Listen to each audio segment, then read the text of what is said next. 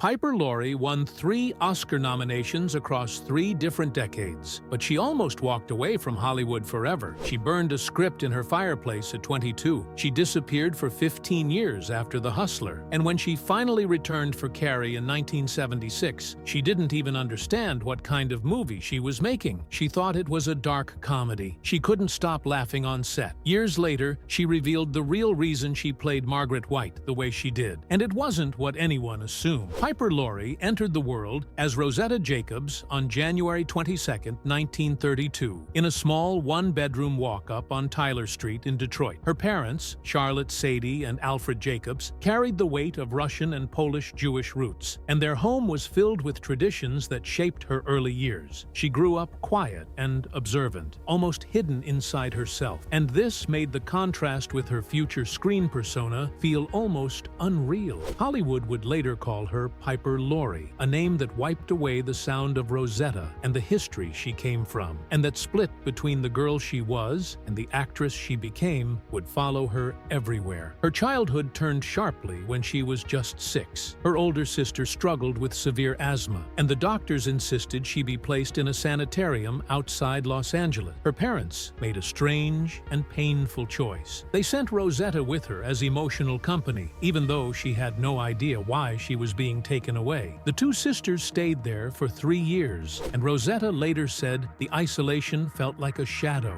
that never left her. Other children bullied her for her freckles and red hair, and she carried that hurt quietly. The only bright spot was music. They forced her into piano lessons, and even though she didn't choose them, she found a small escape in the keys. It became a way to express feelings she had no words for, and even she could not have guessed then that this early push toward performance would become the foundation of her future. When she left the sanitarium, she was still painfully shy. Her parents saw it and tried to fix it by enrolling her in weekly elocution lessons. These lessons were supposed to help her speak more clearly, but they did something larger. They opened the first door to acting. She attended Hebrew school in Los Angeles and kept taking elocution classes, and soon she was cast in small roles at Universal Studios, which sat not far from where she lived. What began as a way to fight her shyness slowly turned into a path that would change her life. She later said she often felt mute and withdrawn, even as an adult, but the early training gave her tools to find her voice when she needed it most. In 1938, her family moved from Detroit to Los Angeles, and that move placed her within reach of Hollywood's fantasy world just as she was trying to recover from the wounds of the sanitarium. The studios filled the air around her, their lights and posters mixing with her memories of fear and silence. It created a strange blend inside her, where pain and possibility lived side by side. She grew up surrounded by the shimmer of movies, and even though she was shy, the world of film pulled at her. Acting seemed like a way to escape herself and step into someone braver. Years later, in her memoir, Learning to Live Out Loud, she looked back on her early life with striking honesty. She wrote that she had been a withdrawn, mute child who could not find her voice, and that acting became the way she learned to live out loud. She explained how the trauma from her sanitarium years and her overwhelming shyness pushed her toward performance as a survival tool. Elocution lessons helped her become someone who could speak. Acting helped her become someone who could feel. And eventually, she burned her contract and began shaping her career by her own choice instead of the studio's expectations. Her transformation into Piper Laurie began at 17, when Universal International signed her in 1949. They didn't want Rosetta Jacobs. They said the name was too ethnic and would not appeal to audiences. So they created Piper Laurie, a name designed to sound light and catchy, free of heritage. Rosetta did not choose it. She didn't even like it, but that was the reality of the studio system at the time. They shaped actors the way they wanted and expected obedience in return. Overnight, she became a starlet with a new name and a new identity, even if it meant losing the one she was born with. The studio pushed a strange myth about her to the press when she was still young. They told newspapers and magazines that she stayed slim by eating flowers and birdseed. Fans believed it because the studio repeated it everywhere. Piper found it humiliating because none of it was true. It was only a trick to make her seem exotic and different. She knew that this myth made people focus on her looks instead of her talent, and that made her uneasy. But the studio system of the 1950s cared more about selling an image than celebrating real people. and she became a victim of that marketing machine. Her early film roles matched the fantasy the studio was trying to sell. In Louisa in 1950, she played Kathy Norton, a sweet young daughter. In The Prince Who Was a Thief in 1951, she became Tina. In Son of Ali Baba in 1952, she transformed into Princess Azura of Fez. Each role fit the same mold. She was either the wholesome girl or the exotic beauty. These parts did not challenge her and did not show who she could truly be. Later, she admitted she felt ashamed of many of those roles because they offered no depth. She wanted to be taken seriously, but the studio kept her in pretty, shallow characters that sold tickets but drained her spirit. The frustration grew until she could not ignore it anymore. She signed her contract at 17, and by 1955, she felt trapped under the weight of roles that meant nothing to her. She said she had no choice but to walk away, even though it meant giving up money and security. Hollywood expected actresses to stay quiet and enjoy the fame, but she cared more about her craft and the comfort of being a universal starlet. Leaving the studio system was risky, but she needed to reclaim herself. She wanted to act without feeling ashamed of her own work. So in 1955, she left Hollywood and moved to New York City. She lived frugally and blended into the world of live television and theater. Instead of relying on a studio to shape her, she shaped herself. She took acting classes and auditioned for stage productions. She accepted uncertainty because she wanted meaningful roles. While other actresses stayed loyal to studio contracts, Piper chose the harder road. That choice allowed her to build a new reputation as a serious performer instead of a packaged beauty. Her breakthrough came in 1958 in the live television production Days of Wine and Roses for Playhouse 90. It aired on October 2, 1958, and her performance as Kirsten Arneson stunned critics. She played a young wife battling alcoholism with a depth that made audiences uneasy and sympathetic at the same time. Some critics said her portrayal made the flesh crawl with its honesty. Others said her work was more powerful than the famous 1962 film version that came later. That night changed everything for her. It proved she wasn't a studio creation. She was an artist. Her rejection of Hollywood also happened during a time when the country was going through painful change. The late 1950s and 1960s brought the assassinations of John F. Kennedy, Martin Luther King Jr., and Robert F. Kennedy. The Vietnam War raged. Watergate shook the country. In the middle of all this turmoil, Piper looked at traditional Hollywood films and felt disconnected from them. She believed the world needed stories that reflected real suffering and real struggle. Shallow roles no longer made sense in a world that was breaking apart. This belief pushed her to seek deeper material and stay committed to authenticity. Piper Laurie stepped back into the spotlight in 1961 when she played Sarah Packard in The Hustler, and the moment she appeared on screen, it felt like someone had opened a door she had been knocking on for years. She was 29 and carried a kind of quiet storm inside her, and that storm poured out in every scene she shared with Paul Newman. The performance was raw in a way people weren't prepared for, and when the film premiered in September 1961, audiences felt something shift. By March 1962, she was standing as an Academy Award nominee for Best Actress, and she was the only female lead in the film to receive that honor. Critics echoed that praise, calling her work both fragile and defiant, and the New York Film Critics Circle also nominated her for Best Actress that year. For a woman who had once been boxed into the pretty, ingenue roles of the 1950s, this was a break that felt like a deep breath. She had finally shown Hollywood what she could really do. But in the months that followed, Hollywood didn't know how to meet her. Instead of offering roles as layered as Sarah Packard, they sent scripts filled with shallow characters she had already outgrown. She later said it felt like a betrayal, as if the industry wanted her to stay small and damaged, instead of letting her explore what she had already proven she could handle. The repetition wore her down, and by the mid-1960s, she made a choice that most actresses would have been terrified to make. She walked away from film and stepped into her own life again. Over the next 15 years, she devoted herself to the stage, raised her daughter, and poured her energy into political and social causes, like the civil rights movement and the fight against the Vietnam War. It was her way of reclaiming herself, of building a life not shaped by Hollywood's narrow view of her. When she returned to cinema in 1976 for Carrie, the shift felt almost like a new chapter, one she entered with a sense of curiosity rather than pressure. After 15 years away, she accepted Brian De Palma's offer to play Margaret White, not knowing the film would become a landmark in horror. She read the script with a kind of amused disbelief, certain the story was a black comedy or a satire because Margaret's extremism seemed too absurd to take seriously. She thought the role was so wild that it had to be played with humor. That misunderstanding shaped everything. It made her exaggerate gestures and give Margaret a theatrical edge. And she often burst into laughter on set because the lines and situations felt so ridiculous. The cast knew her laughter well, and De Palma had to keep reminding her they were making a horror film. Still, she leaned into what she felt, and that gave the character an offbeat energy that became unforgettable. Her laughter followed her through the shoot. She would finish a take, look down at her costume, or think about a line she had just said, and suddenly she couldn't contain herself. But the funny thing was, her amusement never cheapened the performance. It gave the role a strange electricity, something heightened and unpredictable. The exaggeration made Margaret terrifying in a twisted way, because even her humor felt like something on the edge of collapse. Later, she admitted that she never took the character seriously at first, and that is part of why the role still stands out today. Her performance sits in this strange place, where fear and dark comedy meet, and that blend helped Carrie carve out its own space in horror history. Over time, though, Laurie found a deeper truth inside Margaret. Beneath the exaggerated moments, she began to see a woman who believed every word she said. She understood Margaret as someone consumed by faith, someone who thought she was saving her daughter rather than destroying her. That shift changed the impact of the character. It brought in softness and desperation, making Margaret a figure who was frightening yet heartbreakingly human. The mix of zealotry and vulnerability created a character audiences couldn't look away from because she felt real. Laurie's ability to hold both sides at once is why Margaret remains one of the most haunting mothers in film. Her boldest choice came during Margaret's death scene. Laurie told De Palma she wanted the moment to feel like an ecstatic release instead of agony. She played it as if Margaret was finally letting go of every fear and repression she had carried for years. The result was a death scene that felt shocking, disturbing, and strangely beautiful. It was unlike anything people had seen in horror at the time, and it helped seal the film's legacy. Her work in Carrie earned her an Academy Award nomination for Best Supporting Actress, something rare for a horror film, and her approach remains one of the reasons people still study and celebrate her performance. Years later, David Lynch cast her as Catherine Martell in Twin Peaks, drawn to the fearlessness he had seen in The Hustler and Carrie. When she accepted the role in 1989, she didn't expect the show to turn into a cultural phenomenon. She saw it as an exciting chance to work with Lynch, whose surreal style she admired. Catherine quickly became one of the most memorable figures in the series, a woman who thrived on chaos and manipulation, and Laurie enjoyed every moment of playing someone so sharp and morally twisted. Her work earned her a Golden Globe and strengthened her image as an actress who could dive into darkness with ease. Then came the twist that cemented her legend behind the scenes. In Season 2,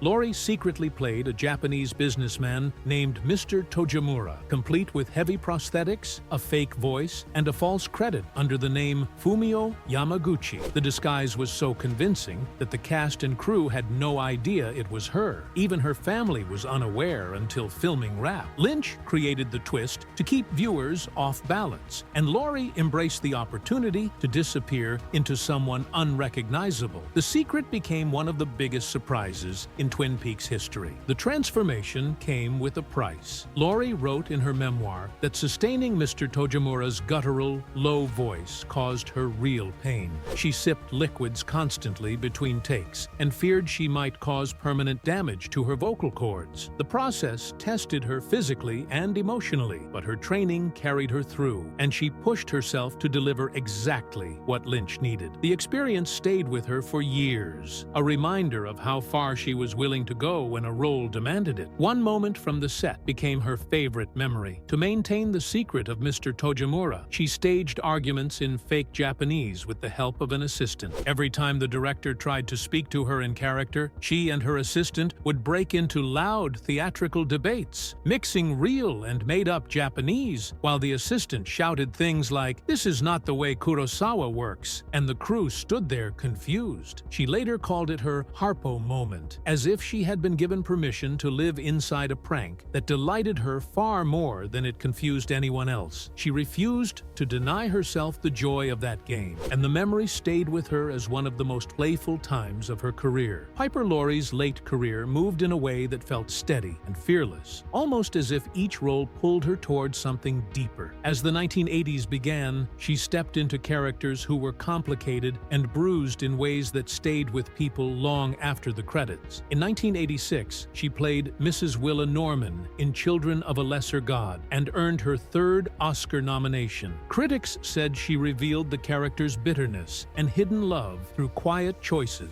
that felt natural. A few years earlier, she had shaken audiences in the bunker in 1981 when she played Magda Goebbels with a coldness that earned her an Emmy nomination. Later, in Trauma in 1993, she moved through the story like someone carrying old wounds that never healed. And in The Grass Harp in 1995, she drifted across the screen as Dolly Talbot, a fragile woman whose softness hid a lifetime of pain. One role after another showed how she gravitated toward women who were wounded but layered, never simple, never easy to define. Her third Oscar nomination in 1987 placed her among the small group of actresses recognized across 3 different decades. She had been nominated first in 1962 for The Hustler, then again in 1977 for Carrie, and now this third time for Children of a Lesser God. The nominations alone traced the curve of her evolution, moving from a pool shark's girlfriend to a terrifying religious fanatic to a grieving mother holding years of regret. It showed how she understood stories at every stage of her life and how she kept adapting to whatever the next role needed from her. She also surprised people with the worlds she chose. In Return to Oz in 1985, she stepped into the role of Aunt Em and turned her into someone whose coldness unsettled both children and adults. A decade later, in The Faculty in 1997, she appeared as Mrs. Olson, a teacher eaten away by an alien presence. These strange worlds let her play with edges she had rarely explored earlier in her career, and each time she pushed herself, she showed a readiness to slip into fantasy and horror without losing the realism that anchored her performances. Even when she reached her 80s, she refused to slow down. In 2018, she appeared in Snapshots and White Boy Rick, bringing tenderness and weight to every scene. It felt like she was still chasing truth, still searching for the right note, even after most actors her age had stepped away. People praised her honesty in Snapshots and the quiet strength she brought to White Boy Rick. The parts were not big,